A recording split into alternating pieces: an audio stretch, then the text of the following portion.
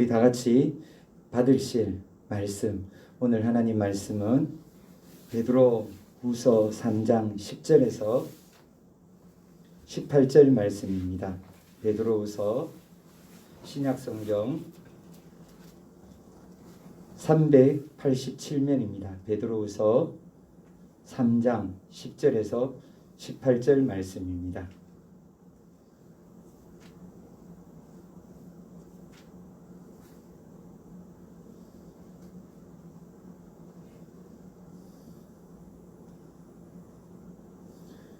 우리 다 같이 387면 베드로후서 3장 10절에서 18절 말씀을 한 절씩 우리가 교독하시겠습니다. 다 찾으셨습니까? 아직 못 찾으셨습니까? 387면입니다. 위에 보면은 신약 성경 387면입니다.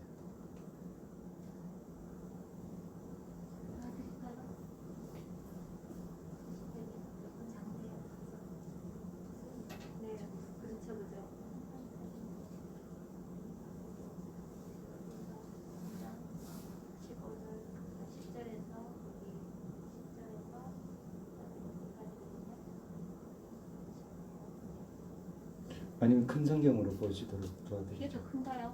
이게 글씨가 비슷한 것 같아요. 네. 다 같이 한 절씩 교독하시겠습니다. 그러나 주의 날이 도둑같이 오리니 그날에는 하늘이 큰 소리로 떠나가고 물질이 뜨거운 불에 풀어지고 땅과 그 중에 있는 모든 일이 드러나리로다. 이 모든 것이 이렇게 풀어지리니 너희가 어떠한 사람이 되어야 마땅하냐? 거룩한 행실과 경건함으로 하나님의 날이 임하기를 바라보고 간절히 사모하라. 그날에 하늘이 뜨거운 불에 타서 풀어지고 물질이 뜨거운 불에 녹아지려니와 우리는 그의 약속대로 의가 있는 곳인 새하늘과 새 땅을 바라보도다. 그러므로 사랑하는 자들아 너희가 이것을 바라보나니 주 앞에서 점도 없고 흠도 없이 평강 가운데서 나타나기를 힘쓰라. 또 우리 주의 오래 참으심이 구원이 될 줄로 여기라. 우리가 사랑하는 형제 바울도 그 받은 지혜대로 너희에게 이같이썼고 또 그 모든 편지에도 이런 일에 관하여 말하였으되 그 중에 알기 어려운 것이 더러 있으니 무식한 자들과 굳세지 못한 자들이 다른 성경과 같이 그것도 억지로 풀다가 스스로 멸망에 이르느니라. 그러므로 사랑하는 자들아 너희가 이것을 미리 알았은즉 무법한 자들의 미혹에 이끌려 너희가 굳센 데서 떨어질까 삼가라. 다 같이 오직 우리 주 곧 구주 예수 그리스도의 은혜와 그를 아는 지식에서 자라가라. 영광이 이제와 영원한 날까지 그에게 있을지어다. 아멘. 아멘. 2020년 송구 영신 예배 이 은혜의 하나님 이 예배 시간에 하나님께서 이 자리로 불러주셔서 하나님 앞에 예배드리며 한 해를 마감하게 하시고 또한 한 해를 새해를 준비하게 하시니 너무너무 감사를 드립니다.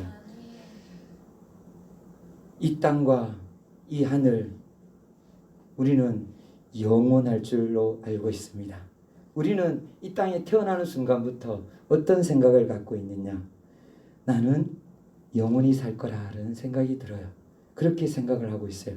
앞으로 나는 갑자기 죽거나 갑자기 내가 아프거나 갑자기 병들거나 갑자기 암으로 그렇게 죽을 것이라는 이런 생각을 하는 사람은 거의 없어요. 막연히 두려움은 갖고 있지만 그 죽음이 내게 닥쳐와서 나를 죽게 할 것이라고 생각하지는 않죠. 그러니까 즐겁게 살고 재밌게 살다가 갑자기 암이다. 그러면 갑자기 어떻게 됩니까? 정신이 나가버리죠. 순식간에 자포자기해버린 거예요. 모든 것을 다 포기해버린 거예요. 내려놓는 거예요. 모든 것을 다 내려놓고 어떻게 살아갑니까? 이제부터는 죽을 날만 기다리잖아요. 그 전까지는 죽음이 없었나요? 다 있었어요. 그런데 그 죽음이 없는 것처럼 나는 영원히 사는 것처럼 그렇게 생각하고 살아왔어요. 그런데 막상 그런 암이나 그런 병이 그런 것 죽음이 위기가 닥쳐오면 그제서야 죽음을 생각하게 되는 거예요. 그래서 그 죽음 앞에서 쩔쩔 매는 것이죠. 죽음은 우리가 처음에는 생각을 안 하지만 생각을 안 할 수가 없는 것이 이 죽음이에요. 우리 모든 사람은 다 태어나서 다 죽게 됩니다. 죽음을 피할 수 있는 사람은 없었어요. 그 많은 황제들도 죽음을 피하려고 진 시황도 그렇게 안 죽으려고 그렇게 했지만 죽을 수밖에 없었어요. 김일성이도 안 죽으려고 얼마나 산삼하고 북한에 좋은 거 많이 먹었어요. 그러나 역시 죽었어요. 수많은 사람들이 안 죽으려고 노력했지만 죽음 앞에 다 무릎을 꿇었어요. 그래서 사람은 죽어요. 그런데 왜 죽는지를 몰라요. 왜 죽어야 되는지를 몰라요. 우리가 왜 죽어야지? 라는 생각을 해보질 않죠. 우리가 왜 죽어야 할까요? 그냥 죽으니까 죽는 건가요? 왜 죽어야 될까요? 우리는 처음에는 영원히 살 수 있는 존재로 지음을 받았어요. 그런데 그 죄 때문에 우리는 죽을 수밖에 없는 존재가 된 거예요. 죄가 있어서 모든 사람은 다 죽을 수밖에 없는 것입니다. 죄, 그 죄 문제, 그 죄로 인해서 모든 사람들이 다 죽어요. 죽고 나면 이제 끝이다라고 생각을 하면은 사람들이 죽음이 두렵지 않을 거예요. 그런데 죽음 앞에 모든 사람들이 떨어요. 또 죽는다 그러면 그 다음이 어떻게 될지, 사후 세계, 죽고 난 이후에 어떤 일이 벌어질까, 그것이 너무너무 두려운 거예요. 죽고 난 다음에 그냥 끝이 날까요? 성경은 그렇게 말씀하지 않으세요. 한 번 죽는 것은 사람에게 정해진 것이요, 그 후에는 무엇이 있다고요? 심판이 있으리니. 하나님은 우리에게 죄에 대해서 반드시 심판을 물으신다고 하셨어요. 그 책임을 물으신다는 거예요. 우리는 누구도 피해가지 못하는 거예요. 그 누구도 죄에 대해서 피해갈 수가 없어요. 그 심판을 받게 되고, 그 심판을 받으면 어떻게 되나요? 거기에 대해서는 하나님이 가르쳐 주셔서 우리가 알잖아요. 하나님이 어떻게 가르쳐 주셨어요? 하나님은 천국으로 가는 사람이 있고 지옥으로 가는 사람이 있다고 하나님은 말씀해 주고 계세요.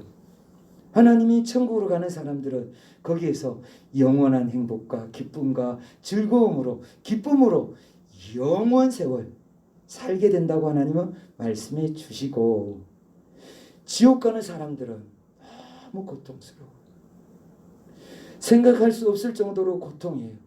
우리가 겪었던, 이때까지 겪었던 그 어떤 고통보다가 지옥에서 단 1분, 1초가 더 고통스러운 것이 바로 그 지옥이에요.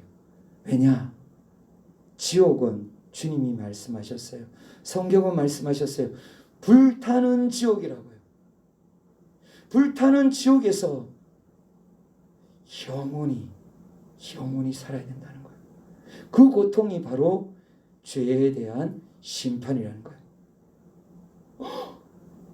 우리는 몰랐어요.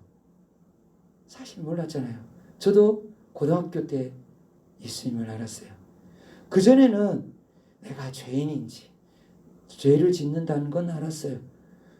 예수님 안 믿어도 죄 있다는 거 다 알고 있어요. 다들 죄인인 건 다 알고 있어요. 그런데 그 죄의 결과, 죄로 인해서 하나님께서 진노하고 계시다는 것은 다들 몰라요. 하나님이 얼마나 진노하고 계신다는 것을 전혀 몰라요. 하나님이 죄로 말미암아 얼마나 많이 진노하고 계신지 하나님은 우리에게 역사상 한 번 벌써 죄의 결과 그 따끔한 모습을 보여주신 적이 있으세요? 언제 보여주셨을까요? 노아의 홍수 때요. 노아의 홍수 때 전 지구가 무엇으로 심판을 받았나요? 물로 심판을 받았어요. 그 심판, 물로 받은 심판 어떻게 됐어요? 온 지표면에 살고 있는 모든 숨쉬는 동물들은 다 어떻게 돼요? 전멸이 된 거예요. 지구에 물이 2000m 정도로 쌓인 거예요. 그러면은 땅을 덮은 거예요. 다 모든 땅은 다 뒤덮였고 모든 생물들은 다 죽었어요. 그 기록이 어디 있나요? 네, 성경에 생생하게 나와 있고요. 그 장면이 흔적으로 어디 나와 있나요? 미국의 그랜드 캐년을 자세히 보면 고고학적으로 거기에 있는 화석들과 거기에 있는 증거들이 말해주고 있어요. 하나님이 심판하셔서 온 세상이 이렇게 멸망했다는 것을요.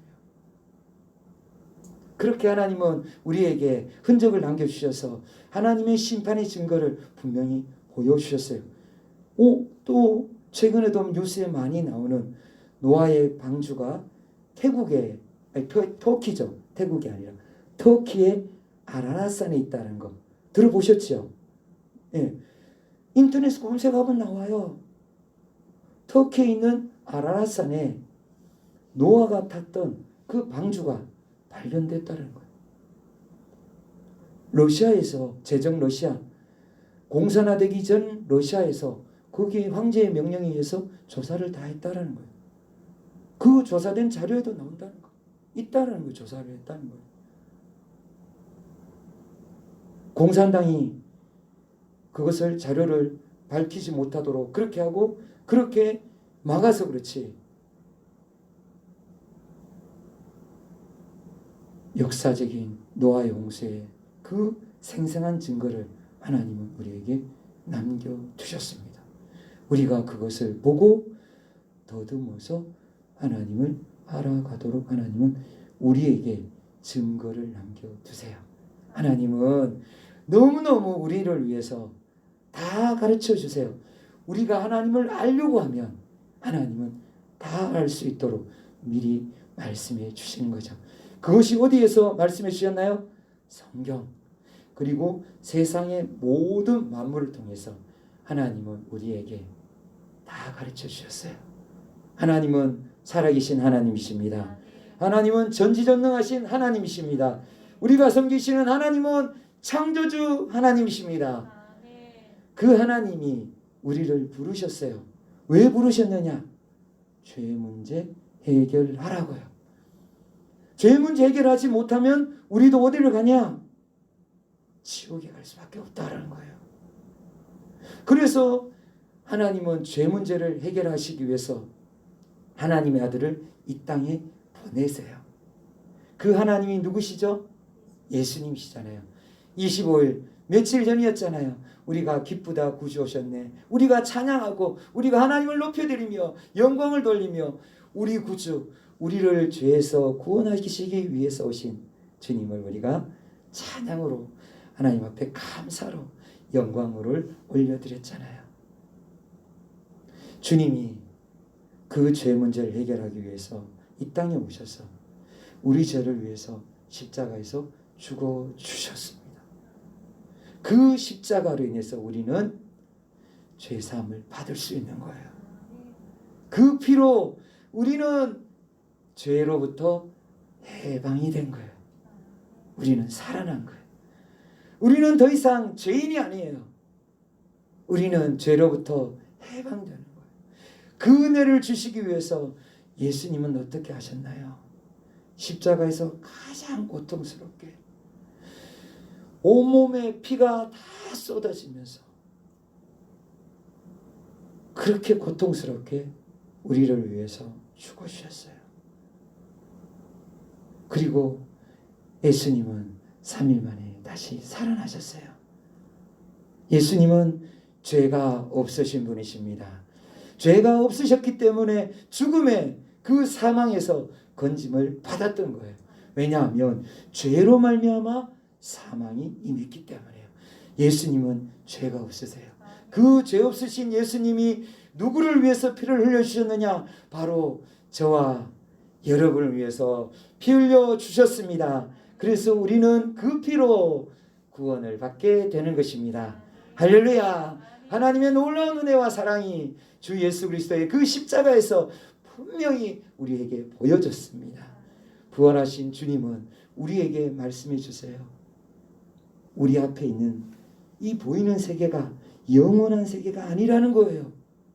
우리는 이 세계가 영원하다고 생각을 해요. 그런데 하나님은 아니래요. 보이지 않는 세계가 있다라는 거예요.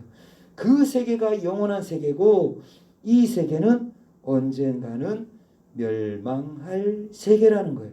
장차 이 세계는 없어질 세계라고 그렇게 분명하게 말씀해 주세요.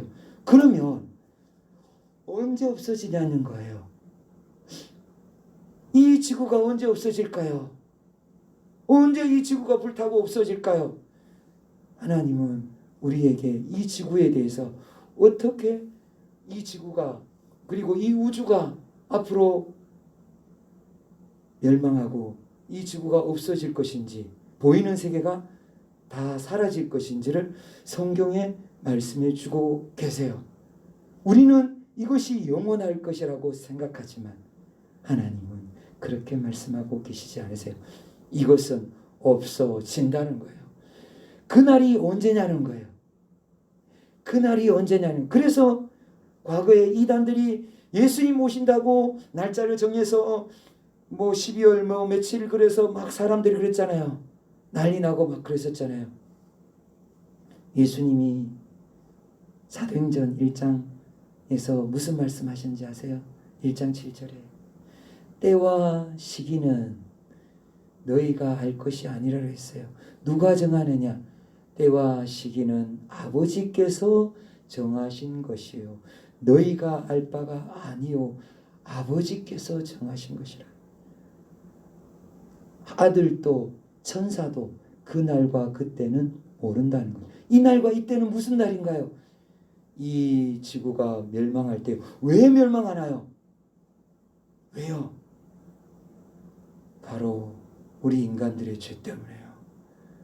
인간들의 죄로 첫 번째 노아의 몫으로 물로 이 땅이 심판을 받았다면 두 번째 이 땅이 심판을 받는 것은 사람들로 인해서 이 땅이 심판을 받는 것은 이 땅만 아니라는 거예요. 오늘 본문에서 그 시기와 때에 대해서 말씀해 주시고 그리고 그때 멸망할 것이 무엇이 멸망할 것인지 우리에게 10절에 말씀해 주고 계세요. 먼저 시기를 말씀해 주세요. 시기, 때와 장소는 때와 시기는 너희가 알 바 아니요 오직 하나님께서 알고 계신다 그랬어요. 아버지 하나님께서는 그러면 언제 오시느냐? 힌트를 하나님이 주셨어요. 어떤 힌트냐? 10절 말씀 우리 다 같이 받으시겠습니다. 그러나 주의 날이 도둑같이 오리니 그날에는 하늘이 큰 소리로 떠나가고 물질이 뜨거운 물에 풀어지고 땅과 그 중에 있는 모든 일이 드러나리로다. 아멘. 주의 날이 어떻게 오신다고요? 어떻게 임한다고요? 도둑같이요. 도둑이 너 집에 내일 털로 들어간다. 기다려 라고 우리에게 알려주나요? 아니잖아요. 저도 장사를 할 때 가게를 하는데 아침에 잘 자고 일어났어요.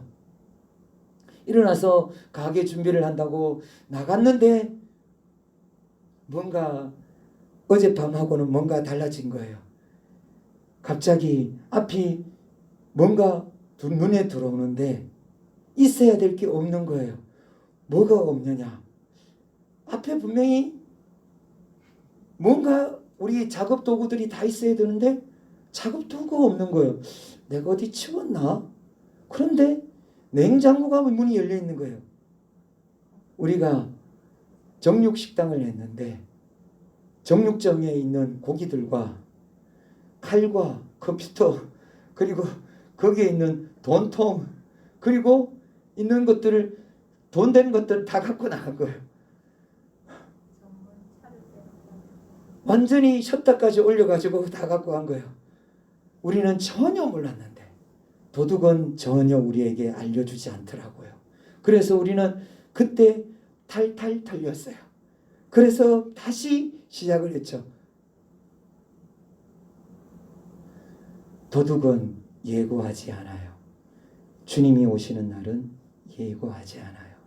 우리에게 언제 오신다. 예고라는 건 언제 예고하시냐. 도둑같이 온다는 걸 알려주신 거예요. 그러면 주님 도둑같이 오시는데 이 날이 언제인지 우리에게 힌트를 또 더 주세요 하면서 많은 사도들이 매달렸죠. 그래서 성경이 있는 거예요. 그 성경에 보면 대충 이런 날이 오면 이때가 될 것이다 라는 거예요. 이것을 가나의 혼인잔치를 통해서 예수님이 말씀해 주셨어요. 가나의 혼인잔치에 보면 지금 갈릴리에 가면 갈릴리에서 결혼을 할 때 어떻게 결혼하냐 그 풍습이 지금도 남아있대요. 신랑과 신부가 처음에 결혼하기 전에 약혼식을 해요. 우리나라도 예전에 약혼식 했잖아요. 요즘은 거의 약혼식을 안 하지만 약혼을 하잖아요. 그래서 결혼은 누구와 언제 결혼 앞으로 결혼할 것을 서약합니다. 그러면서 서로 주고받잖아요. 그래서 약혼을 하는 거잖아요. 그리고 날짜는 이제 주고받고 이스라엘도 마찬가지예요. 신랑과 신부가 사람들이 모인 그 앞에서 예비 신랑이죠. 예비 신부가 신랑이 신부에게 이야기를 하는 거예요. 내가 당신에게 청혼을 하겠습니다. 그러면 신부가 그때 결정권이 있는 거예요. 이 결정권은 전 세계적으로 없어요. 우리나라에서도 신부가 그 많은 사람들 앞에서 내가 이 사람하고 결혼하겠습니다. 이렇게 하는 거 없어요. 전 세계적으로 딱 한 곳에 있는 갈릴리 지방에 예수님이 태어나셨고 사셨던 그 갈릴리 호수가 있는 그 지방 근처에는 그렇게 결혼한다는 거예요. 신부가 결정을 해요. 신부 아버지가 결정하는 게 아니에요. 신부 아버지가 마음에 들어서 결혼하고 싶어 해도 신부가 그 자리에서 저는 결혼하기 싫어요 라고 하면 스톱이에요. 신랑이 결혼하고 싶어요? 스톱. 안 돼. 끝이에요. 그 자리에서 신랑이 결혼을 받아주세요라고 포도주를 이렇게 한 잔을 정성스럽게 따라서 주어서 그 포도주를 신부가 결혼을 하겠습니다 하고 받아 마시면 그것이 결혼을 승낙한다는 뜻이에요. 그걸 거부하면 결혼은 이루어질 수 없는 거예요. 그렇게 해서 신랑과 신부가 이제 결혼을 약속하고 1년간 준비를 해요. 신랑은 1년간 아버지 집에서 신부와 같이 살 방을 꾸미고 그리고 같이 살 공간을 만들어 가요. 준비를 하는 거예요. 1년 정도를 1년을 꼭요. 신부도 역시 마찬가지예요. 신랑과 같이 결혼할 그것을 꿈꾸며 결혼식 때 입을 드레스랑 결혼하고 난 다음에 그 살 운수를 준비하죠. 그래서 준비해서 딱 1년이 지나면 우리는 알려주잖아요. 몇 월 며칠 갈 것입니다. 함진납이라 그래서 옛날 먼저 함을 들고 갔잖아요. 그런데 갈릴리는 그게 없어요. 신랑의 아버지가 신랑에게 가라 그래야 가는 거예요. 통보가 없어요. 신부집에 알려주는 게 없어요. 언제부터냐? 1년이 지났을 때부터. 약혼식하고 1년이 지났을 때. 그때 신부집으로 가는데, 신부집에는 어떻게 하느냐? 신부와 신부 옆에 있는 신부 친구 들러리들이 기다리고 있는데, 마태복음 25장에 그런 내용이 나와요. 언제 오시는지 몰라요, 신랑이. 왜냐? 신랑의 아버지가 가라고 그래야 되는데, 신랑의 아버지가 가라고 하지 않으면 신랑은 갈 수가 없어요. 신랑의 아버지가 허락해야 되는데 신랑의 아버지가 사인을 안 주네요. 신랑은 마음이 동동동동거리고 있는데 아버지가 허락을 안 해줘요. 자고 일어났는데 허락을 안 해줘요. 그 다음날 하루가 흘렀어요. 그 다음날인가 싶었는데 또 가슴 저리고 자고 있는데, 신부도 마찬가지예요. 옷을 다 입고요. 드레스까지 입고 잔대요. 너무 놀랍지 않나요? 거기 풍습이. 언제 올지 모르는 거예요. 한밤중에 올지 새벽에 올지 모르는 거예요. 그래서 옷을 입고 자고 있는 거예요. 그렇게 자고 있는 그때 한밤중에 신랑 아버지가 아들아 가라. 신랑은 그때부터 나팔을 불고 난리가 나는 거예요. 동네가 떠들썩하게 신랑 친구들을 통해서 가자 그래가지고 신부집으로 막 나팔 불면서 가는 거예요. 동네가 잔치가 되는 거예요. 그때부터 잔치가 시작이 되는 거예요. 그래서 신부집에 가면 신부는 어떻게 하나요? 거기에서 바로 일어나서 나팔 소리를 보고 듣고 신랑이 온다는 걸 알고 바로 입은 그 옷을 입고 잤잖아요. 그러니까 바로 일어나서 가는데, 그때 신부 들러리가 마태복음 25장 보면은 10명의 들러리가 있는데 그 중에 5명은 지혜로운 들러리고 5명은 어리석은 미련한 들러리라고 소개를 하고 있어요. 지혜로운 들러리는 기름을 준비해요. 그런데 미련한 들러리는 기름을 준비하잖아요. 옆에 예비 기름을 준비해야 돼요.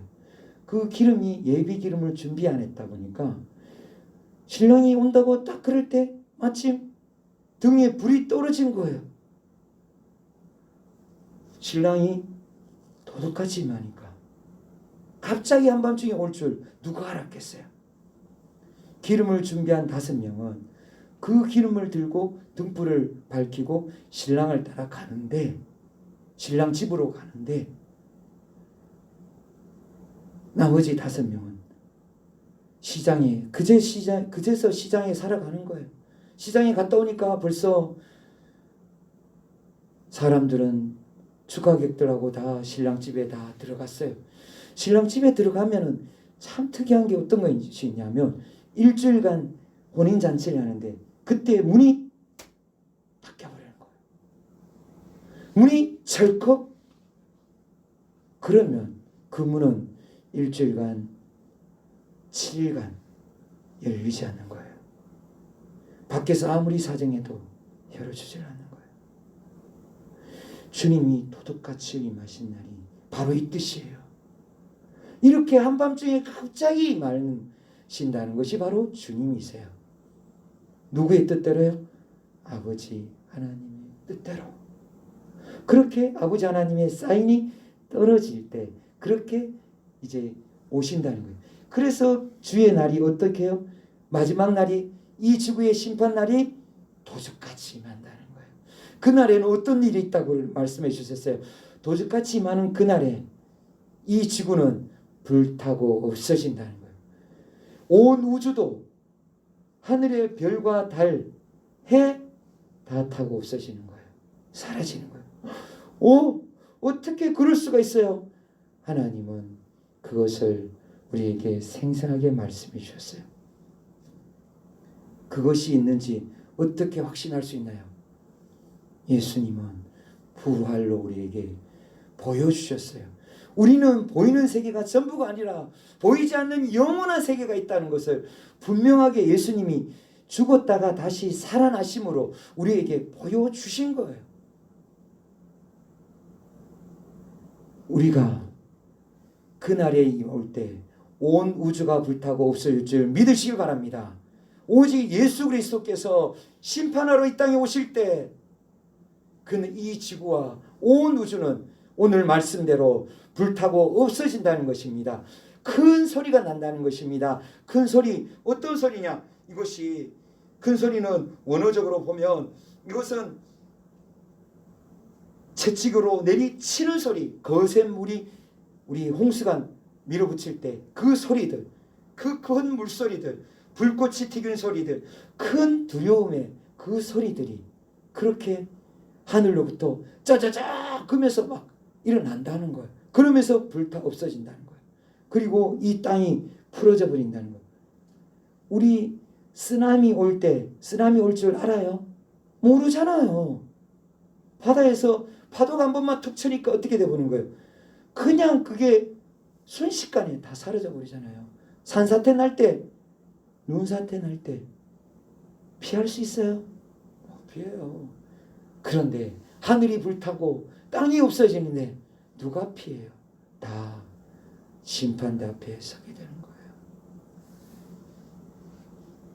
다 심판대 앞에 서서 그날에 모든 사람들이 하나님의 심판대 앞에 서서 심판을 받는다고 하나님은 말씀하세요. 그런데 그때 자세히 보면 심판대 위에 생명책이 있는데 그 생명책에 기록된 사람은 천국으로 들어가고 그 생명책에 기록되지 않는 사람은 지옥 들어간다는 거예요. 우리 모두 다 생명책에 기록되길 축복드립니다. 주님의 은혜 가운데서 주님은 우리에게 그날의 심판이 분명하고 생생하게 있다는 것을 말씀해 주고 계세요. 그리고 그 심판에 생명책이 있다는 것을 말씀해 주시고 우리가 생명책에 기록되기를 원하시고 생명책에서 기록되는 사람들의 특징, 기록되려면 어떻게 해야 되느냐? 오늘 본문에 신부의 들러리들 있잖아요. 그 들러리들이 기름을 준비했는 것처럼 기름을 준비해라고 말씀하고 계시는 거예요. 기름이 어떤 기름이냐? 마태복음에 보면은 기름이 무엇인지 자세하게 소개가 되지 않아요. 그래서 어떤 사람은 그것이 믿음일 것이다. 그것이 믿음이라.